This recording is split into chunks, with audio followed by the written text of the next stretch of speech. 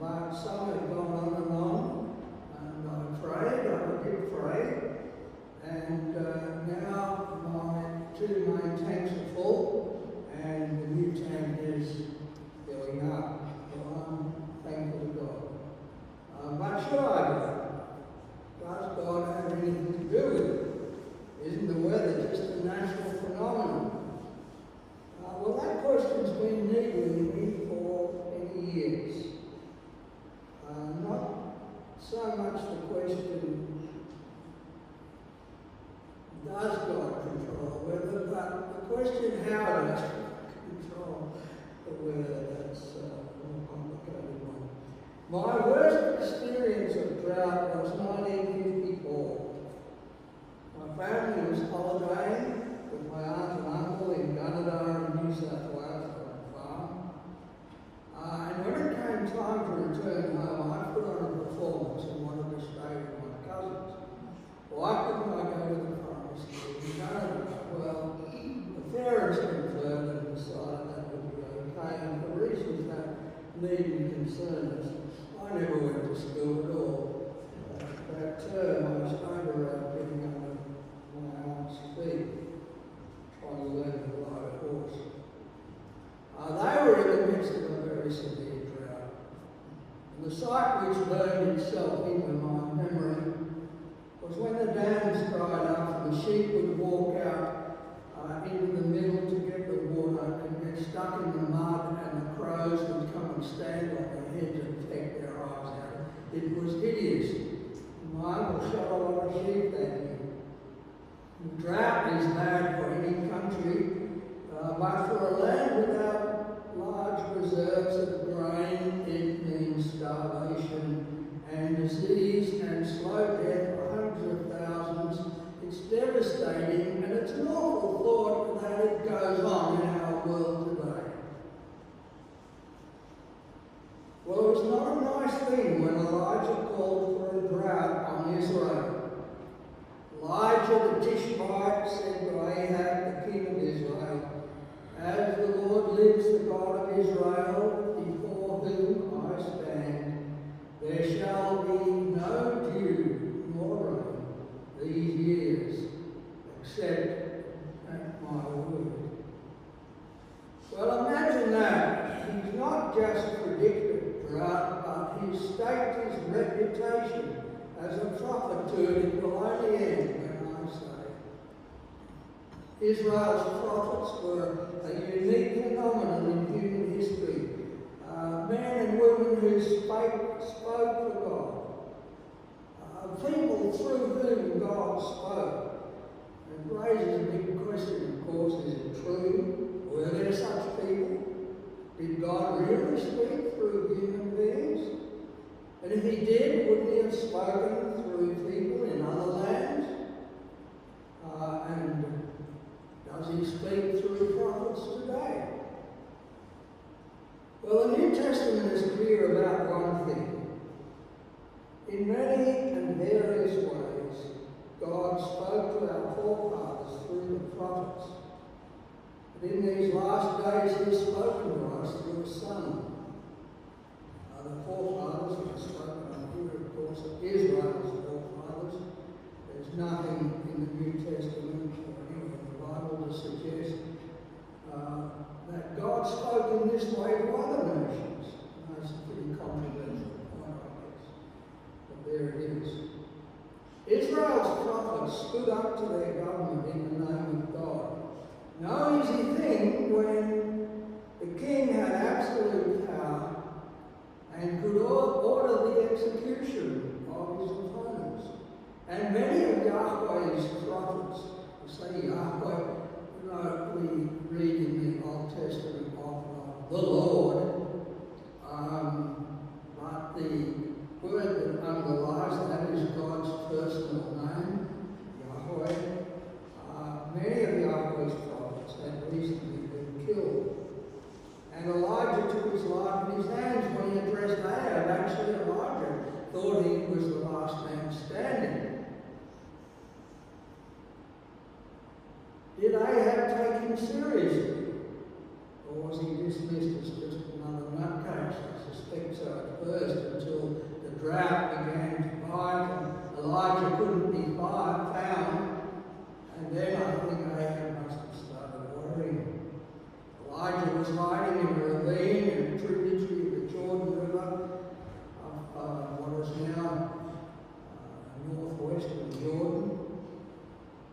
drinking from the stream and being fed by the birds who brought him bread until the stream dried up and God ordered him to the region of Sidon in modern-day Lebanon, out of Ahab's reach, where he and the widow he lived with were sustained with a supply of oil and flour that never gave out.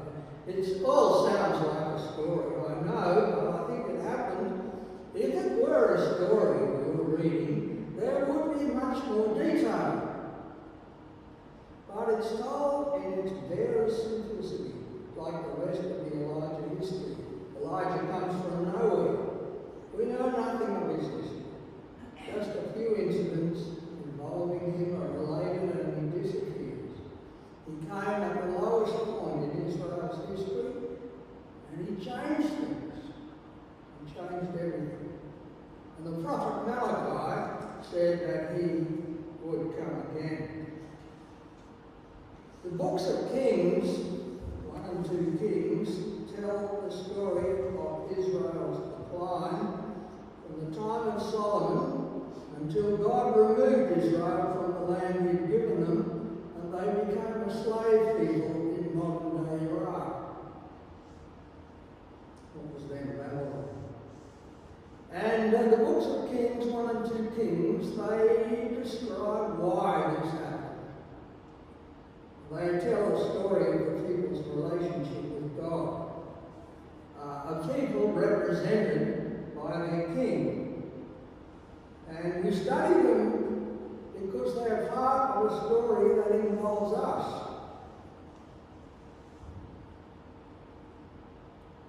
Well, at a time when the modern state of Israel is in possession of much of its old homeland, and is waging a war which they see as a matter of survival, we might ask what relevance Elijah's story has to that. Well, that's a real question, a too big a one for me to try and answer today.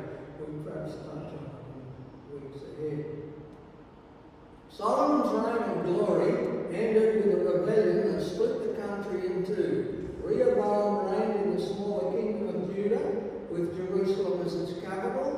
The larger kingdom in the north, sometimes called Israel, sometimes Ephraim, sometimes Samaria, was ruled by an upstart, Jeroboam I, a rebel.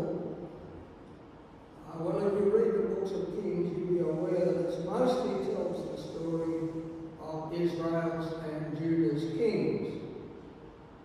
And the frequent judgment over a bad king, there were some good kings, but mostly bad kings. And the judgment over bad kings was he did evil in the eyes of the Lord and followed after the ways of Jeroboam, the son of Nebat, who caused Israel to sin. The way that Jeroboam made Israel to sin is that when he rebelled and set up the northern kingdom, he set up two rival sanctuaries, one in the north and one in the south of the country, so that people wouldn't go up to Jerusalem and be influenced in favour of the Jerusalem regime. It was a kind of an iron curtain policy. But one of the consequences was that Israel's worship in the north got further and further removed from what Moses had laid down.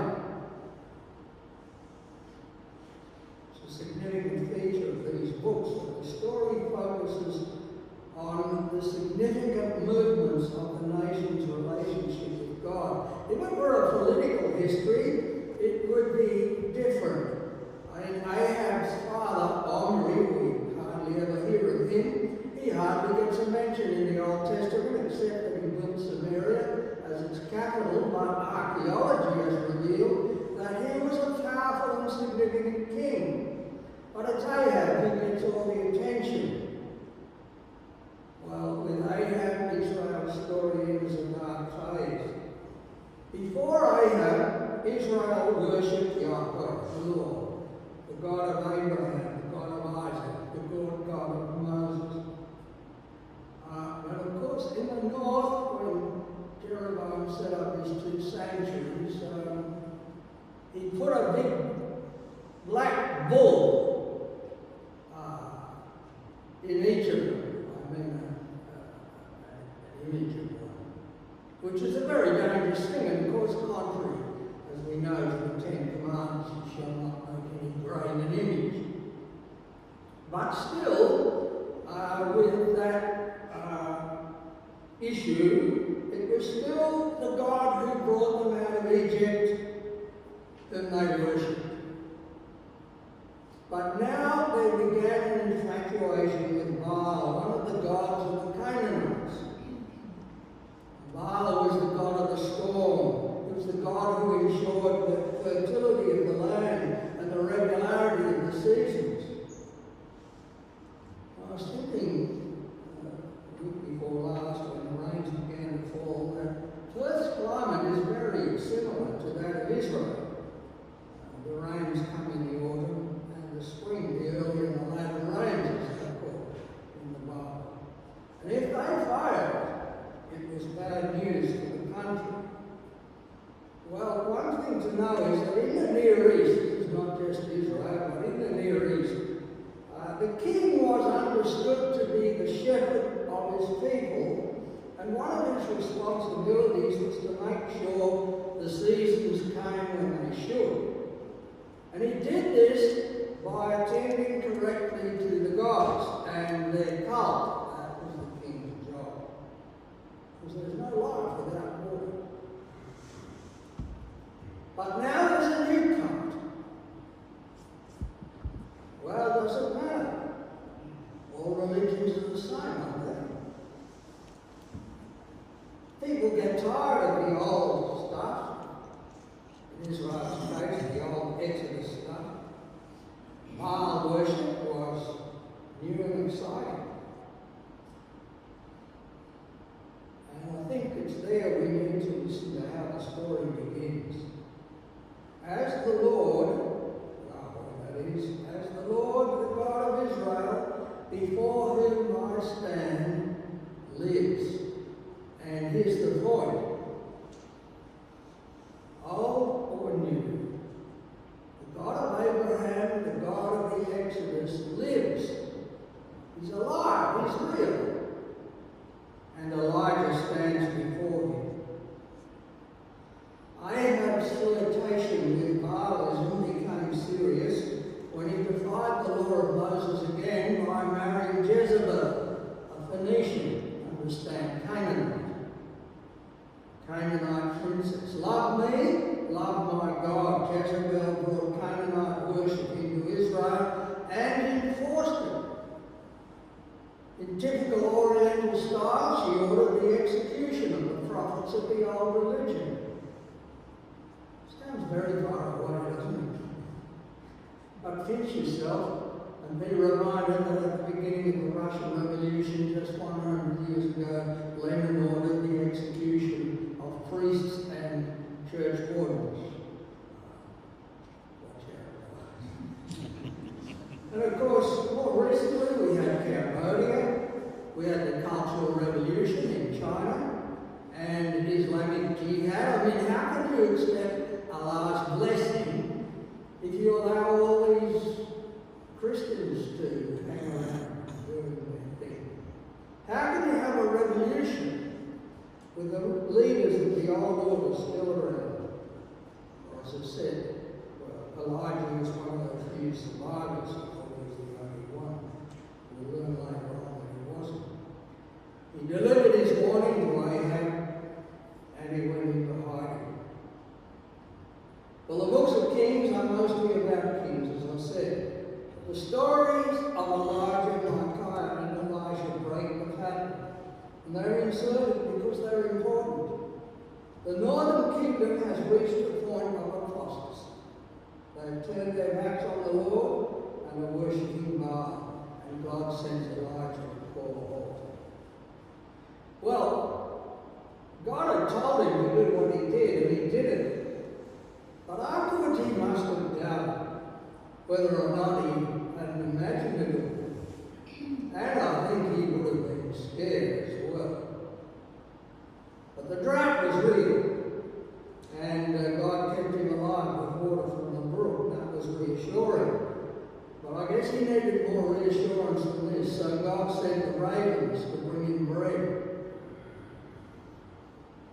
That would have reminded him of the way he had sustained Israel in their wilderness wanderings. He sent them the manna every day. They went out and found this bread-like stuff on the ground. Well, God doesn't normally go in for miracles, but if they're necessary. Elijah had an important job to do, and I guess this brought him certainty he needed to go ahead with it. Well, that's thinking about Elijah. Well, I think looking at it from the point of view of the book of Kings, is really there to reassure us. Baal was supposed to provide the rains and the crops, but he failed. God was there providing water and daily bread for Elijah.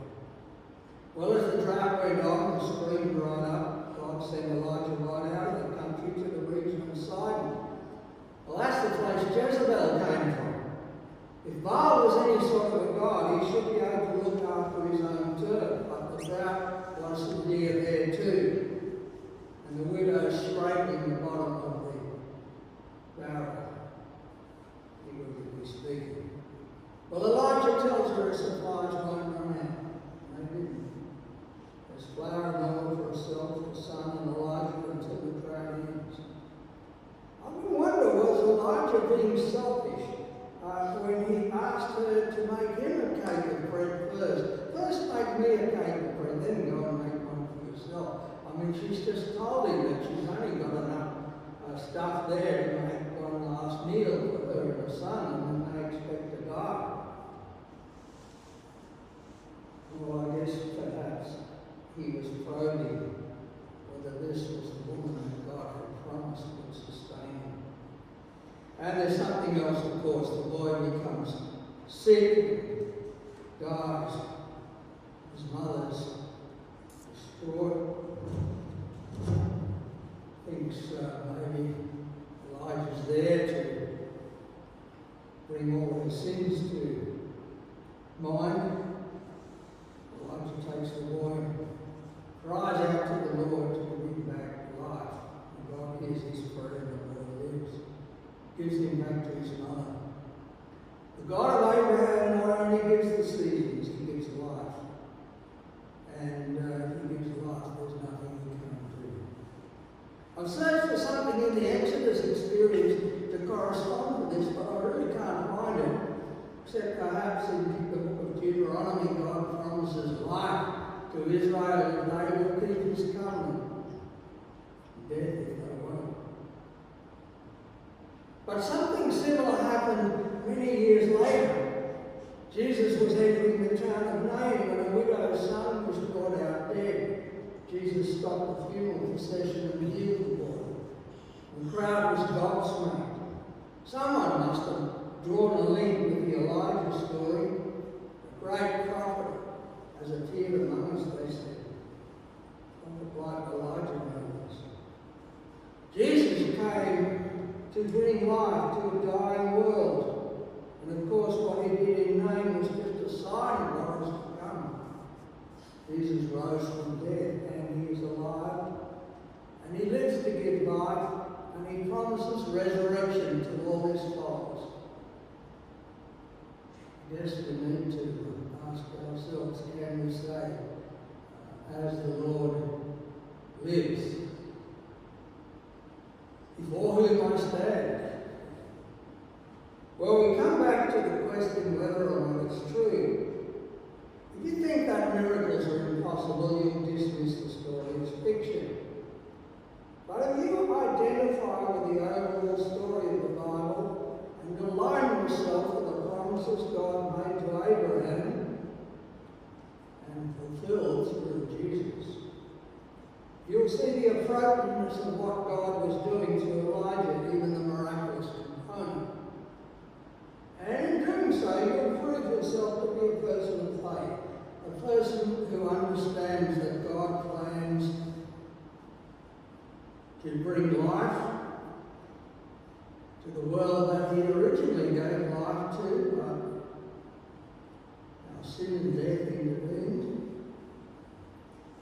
But God has begun to bring life in Jesus.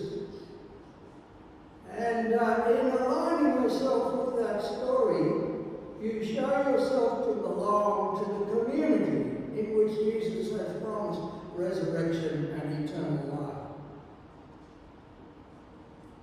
I'll leave that to you. Truth is one thing, relevance is another.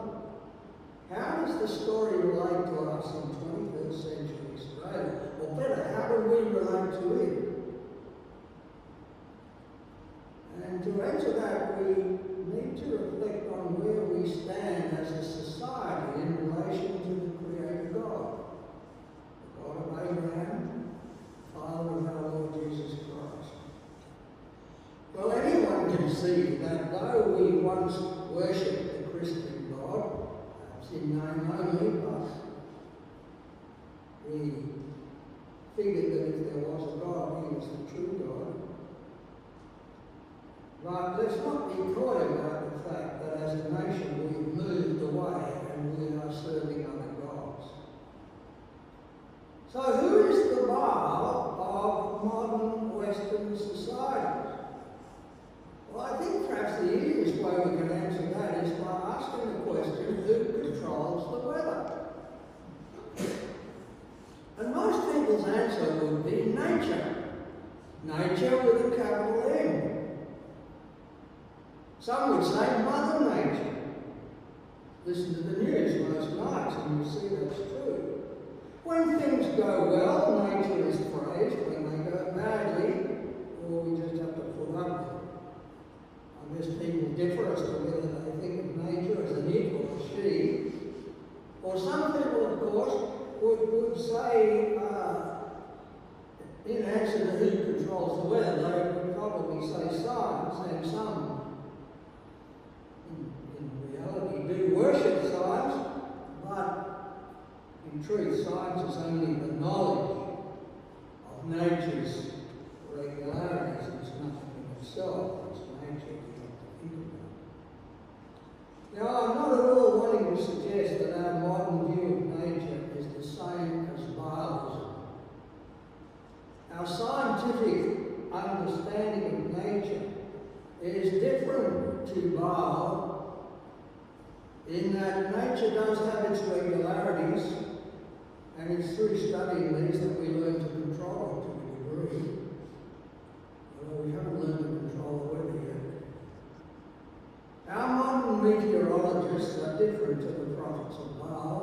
They predict on the basis of many observations of past weather patterns, measures of ocean temperatures, atmospheric pressures, wind speeds, and a host of other indicators. Of course, today they can get up above it all and see what's going on thousands of miles away and what's coming. But what is similar to the time of Ahab, the cult of Baal, is the denial that it's all the work of God. While the strict atheist insists it's all part of a self-created universe, most people wouldn't deny the existence of God, but they treat him as irrelevant. It's the actions of Mother Nature that concern us directly, and God has nothing to do with it. But he does. He controls the weather. Let me say that. And when we say it again, God controls the weather. It's difficult to say. As I say, I've been thinking about this for years and struggling with it. And I have found it difficult to say that, but one must say that. There are regularities, there are laws, if you like, but all the laws of nature are his laws, and he could suspend them if he wished. That is precisely what he did in the case of Elijah and Jesus. And when it comes to the weather, well, who knows what ultimately determines the path of a cyclone or the length of a drought. Even the strictest materialists will admit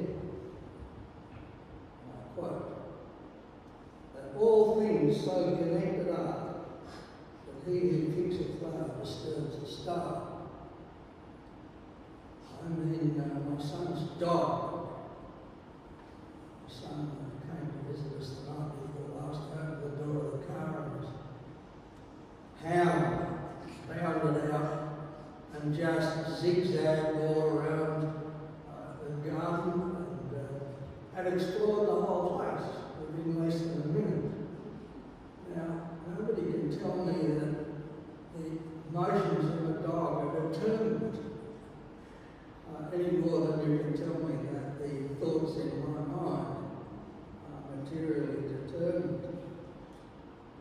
And all those things are constantly happening and are affecting even the stars. Well, who can tell the weather? So we're right to thank God for the rains we've just had. And we're right to implore Him to have mercy to end the drought.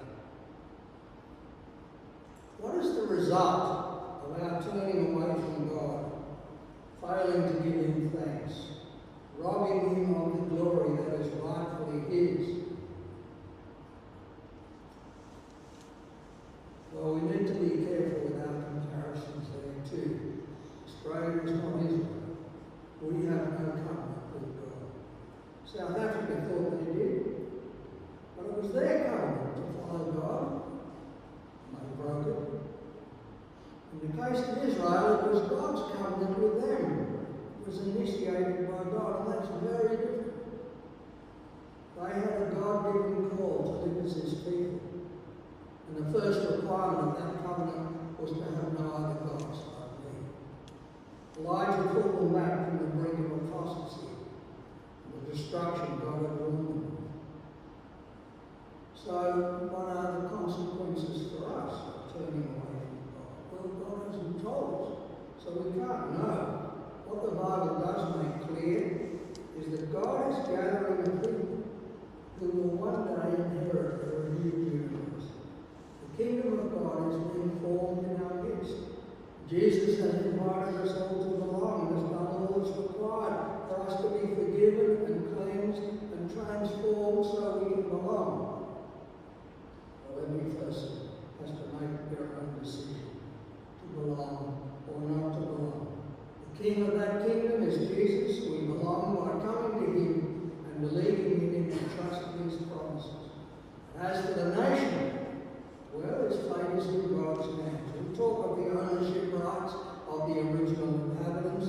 The fact is that God is the owner, and He gives the land to whom He will. And if He decided to give it to the Chinese, would we have any right to complain? Well, all we can do is wait humbly on His will, worship Him alone, and do good.